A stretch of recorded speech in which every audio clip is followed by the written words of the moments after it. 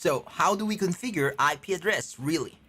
So here's what we're gonna do. We're going to have multiple examples of configuring IP addresses. Well, first, since we've already talked about switches, let me highlight this. Switches are layer 2 devices, okay? Layer 2 devices. And by default, their interfaces are not layer 3, okay? So all of these interfaces, let me highlight, all interfaces are layer 2. And when we say layer 2 interfaces, this is what we call the switch ports, and by default set to a VLAN. So by default set to VLAN 1, but you can change that. Interface is set to a single VLAN, so one VLAN. Okay. You can also change the mode from access port to trunk, so you can use multiple VLANs, or it can carry multiple VLANs. Okay. So by default, again, switches use layer 2 ports, and therefore you cannot assign an IP address.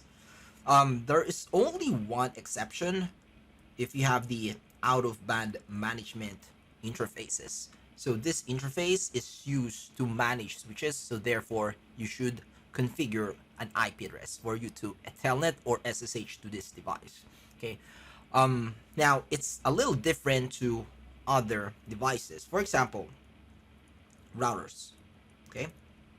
So we have this point-to-point router example. So this interface is automatic layer 3 ports. When we say layer 3 ports, you can configure an IP address to this interface. So this is our point-to-point network example in our previous lecture. And this is router 1 and router 2. And what I'm gonna do is I will assign an IP address on this interface. Let's call this E1, and let's say this is also E1. Now in Cisco, it's very straightforward.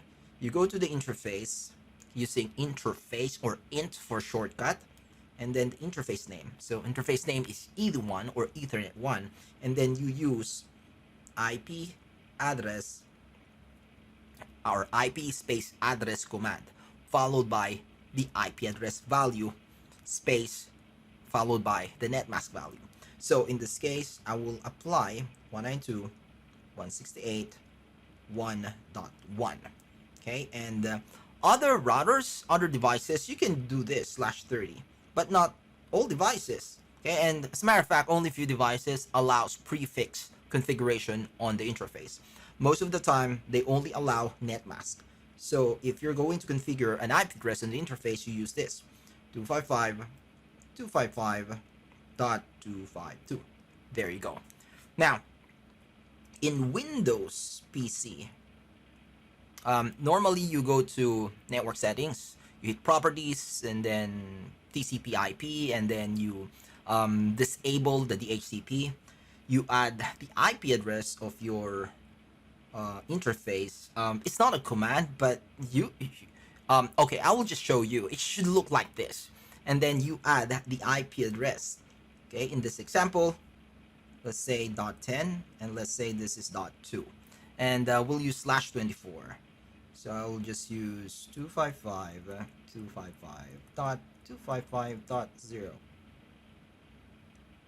There. Now, how about for Linux? Well, it depends. So let me just highlight, this is Windows, okay? And let's say we have a Linux server here. It also varies what flavor of Linux you will be using. But anyway, there are multiple options.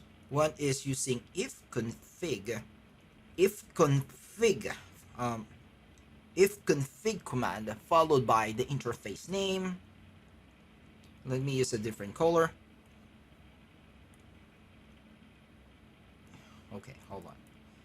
Ifconfig, there you go. And then interface name, and then followed by the IP address and net mask. Another option where you edit using VI or nano a configuration file in etc directory called netplan. Okay, so basically you are changing the network value in this configuration file. Okay,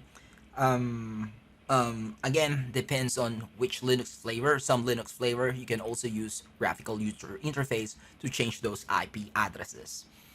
Now, just a caveat, what we have here is a layer 2 switch. If we convert this to a layer 3 switch, this means that we still have the layer 2 capabilities, but we can also do routing, and also we can assign IP address on some of the ports. Okay, so let me convert this to a layer 3 switch icon. There you go. Okay, and what I can do here is I can disable switchport. We call it switchport, meaning layer 2 port. We'll disable switchport or layer 2 interface so that we can enable layer 3 or routed port. Okay, so in this case we can assign IP addresses.